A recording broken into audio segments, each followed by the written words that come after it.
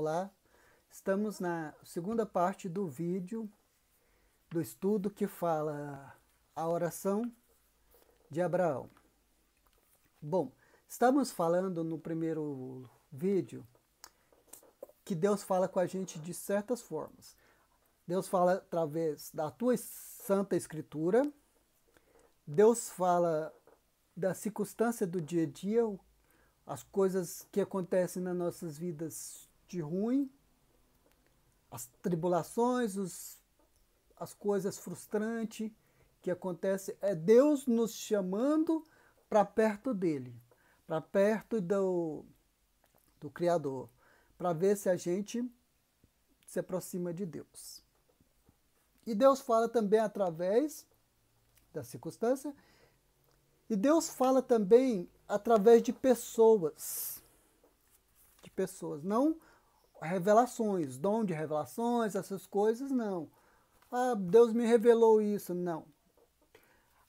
Muitas vezes a gente se confunde revelações com Deus falando com a gente. Revelação é uma coisa, Deus falando com a gente é outra.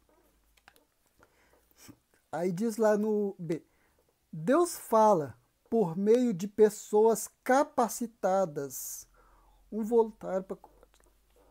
Deus fala por meio da circunstância, ou seja, Deus fala através de pessoas capacitadas assim. Mas como, irmão Fábio, Deus fala com a gente através de uma pessoa e você fala que não é revelação? Porque quando você chega em um culto, o pastor não sabe da sua vida. O irmão não sabe da sua vida. Aí você está lá e o pregador está pregando a Bíblia, falando. E aquela palavra toca o seu coração. E ele fala, assim, assim, assim, assim. A Bíblia, ele não está falando diretamente para você. Ou até diretamente a você. Mas ele está falando uma pregação que aconteceu anos atrás. Mas aquilo te chama a atenção. É Deus falando com você, te chamando para perto dele, para orar, te dando a solução, te dando a orientação. Ou seja, quando você vai falar com o pastor no gabinete dele, e ele fala para você uma palavra inspirada por Deus que te chama a atenção para Deus.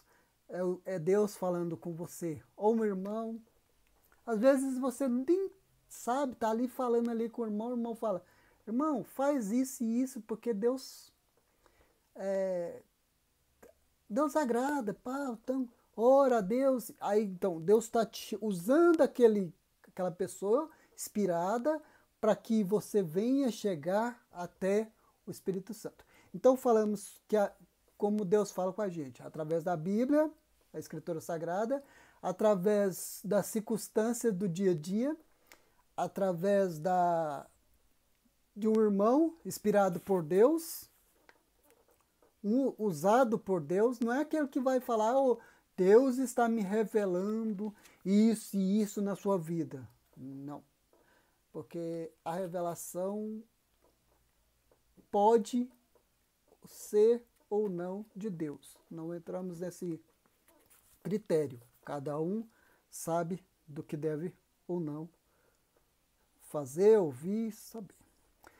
O C da revista diz, Deus fala por meio da circunstância. O rei Davi reconheceu a mão de Deus em meio às experiências dolorosas da vida. Ele disse, antes de ser castigado, eu me desviava, mas agora obedeço a tua escritura. Ou seja, Deus falou através da circunstância. Quando Davi passou por aqueles problemas, pela tribulação, ele mesmo reconheceu que era Deus chamando ele para perto. E ele disse, hoje obedeço a Deus. Aí o 4. Na experiência de oração, precisamos reconhecer que Deus é ao mesmo tempo justo e misericordioso. Abraão reconhece Deus como legítimo juiz dos seres humanos. O juiz, ele faz. Qual que é a razão do juiz? Não é julgar. O juiz ouve você, ouve suas testemunhas, ouve o seu advogado de acusação e de defesa e te dá o veredito final. Assim é Deus. Deus ouviu o advogado, que naquele momento era Abraão, intercedendo por Sodoma e Gomorra, intercedendo por milhares, e ele deu o veredito final.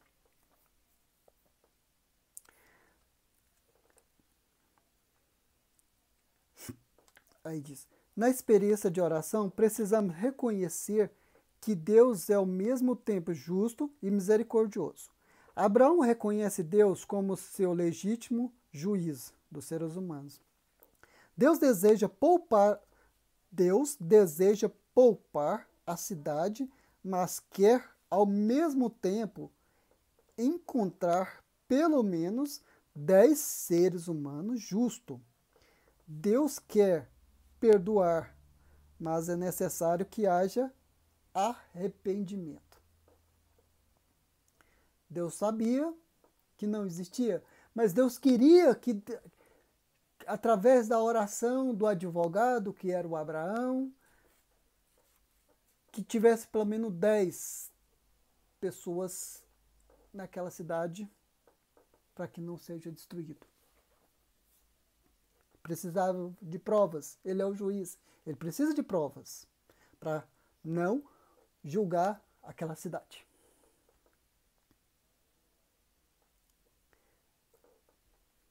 Está lá em Lucas 13, capítulo 3, Jeremias 2, 19. Ser salvo não significa apenas escapar do castigo, mas ser liberto do mal. Nem sempre Deus responde às nossas orações como nós gostaríamos, mas Deus sempre nos surpreende. Sodoma e Gomorra foram destruídos. Acabou encontrando o destino que semeou.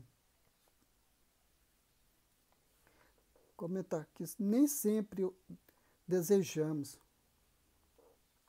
Entretanto, quando oramos, Deus sempre faz alguma coisa que nos surpreende, como, por exemplo, no caso de Sodoma e Gomorra, no dia seguinte, Abraão olhou na direção de Sodoma e viu uma dessas camadas de fumaça que cobria a cidade. Está lá em Gênesis 19, 28. Estava feito o justo juiz. Havia batido seu martelo, mas o que Abraão não sabia era que Deus não havia se esquecido da sua oração. Em Gênesis 19, 29. Diz: aconteceu que quando Deus acabou com a cidade da planície, lembrou-se de Abraão e tirou Ló do meio da destruição. Para terminar, a oração corajosa de Abraão pode não ter poupado a cidade, mas foi razão pela qual Deus livrou Ló e as suas filhas da destruição. Por isso, nunca pare de orar. Deus sempre surpreende nós. Pelos refúgios, pessoas nas áreas destruídas, pelas guerras, pelas enfermidades confirmadas em hospitais. Ou seja, no dia atual, sabemos que esse mundo está em pecado, em ruína. O que aconteceu com Sodoma e Gomorra, com certeza vai acontecer com o mundo atual.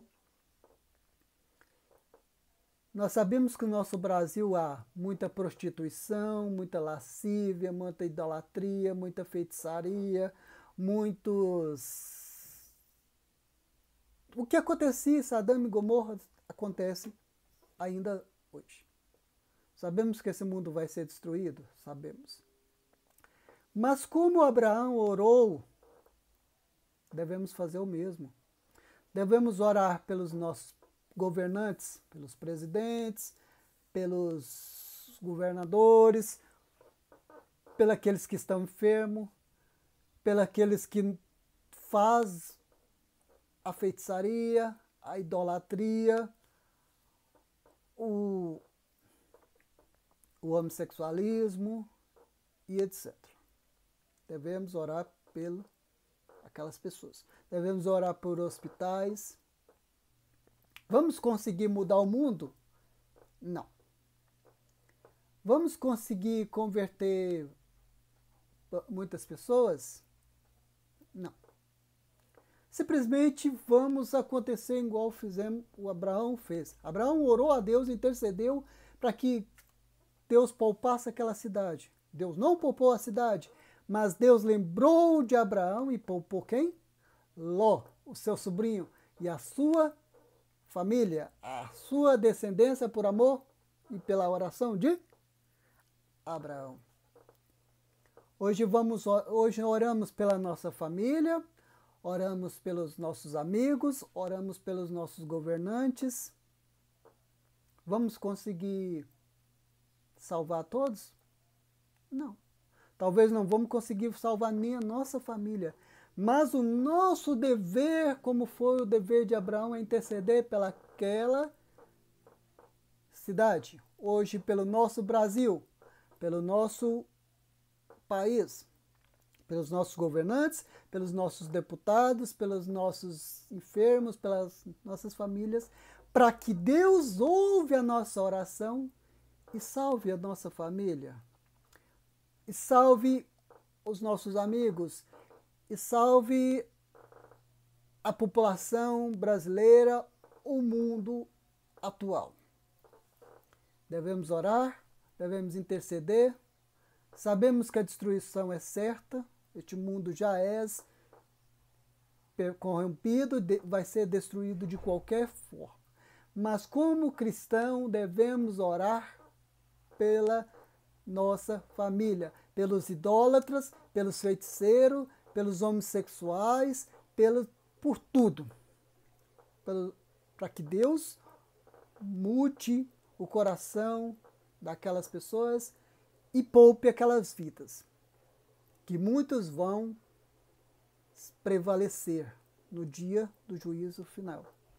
Mas quando o juiz julgar, ele vai lembrar da sua oração, vai falar: o irmão fulano, o irmão Fábio, o irmão Sebastião, o irmão Olavo, o irmão Francisco, a irmã Dora, a irmã Rosa Santos, orou por aquele. Então eu vou poupar aquela família dele, vou poupar os filhos, vou poupar a mãe, vou poupar os irmãos, por amor da irmã Rosa, por amor do irmão Túlio, por amor do Fábio, por amor de Olavo, de Liliane, que sempre orou pelas pessoas para que eles não viessem ser destruídos. Deus não vai poupar o Brasil, Deus não vai poupar o mundo, mas Deus vai poupar aqueles que você orou e trouxe ao Evangelho de Cristo. Então, vamos continuar orando pelos enfermos, pelos confinados, pelas casas e pelos hospitais e pelos nossos governantes, para que Deus mude o coração de cada um. E eu agradeço a todos, fiquem todos com Deus, espero que tenham entendido o que Deus quis falar nesta manhã. Um abraço a todos, que Deus abençoe nesta manhã de domingo, do dia 19 de julho de 2020.